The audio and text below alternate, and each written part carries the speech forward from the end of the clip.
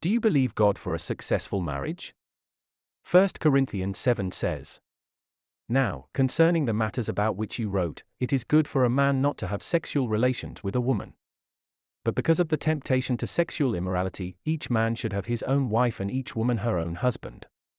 The husband should give to his wife her conjugal rights, and likewise the wife to her husband."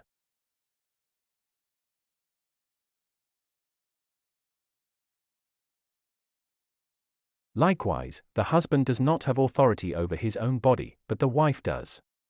Do not deprive one another, except perhaps by agreement for a limited time, that you may devote yourselves to prayer, but then come together again, so that Satan may not tempt you because of your lack of self-control.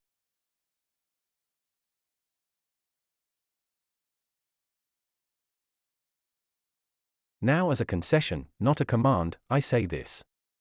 I wish that all were as I myself am. But each has his own gift from God, one of one kind and one of another. To the unmarried and the widows, I say that it is good for them to remain single as I am. But if they cannot exercise self-control, they should marry. For it is better to marry than to burn with passion.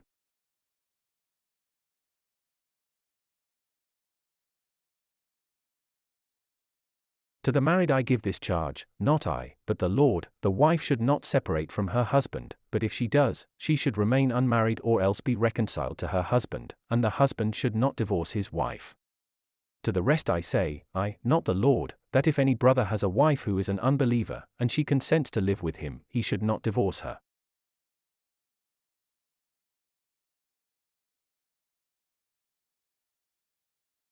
If any woman has a husband who is an unbeliever, and he consents to live with her, she should not divorce him.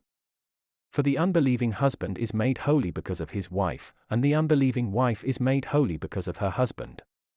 Otherwise, your children would be unclean, but as it is, they are holy.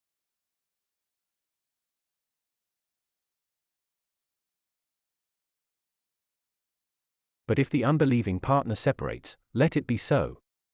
In such cases the brother or sister is not enslaved. God has called you to peace.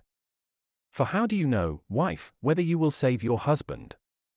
Or how do you know, husband, whether you will save your wife?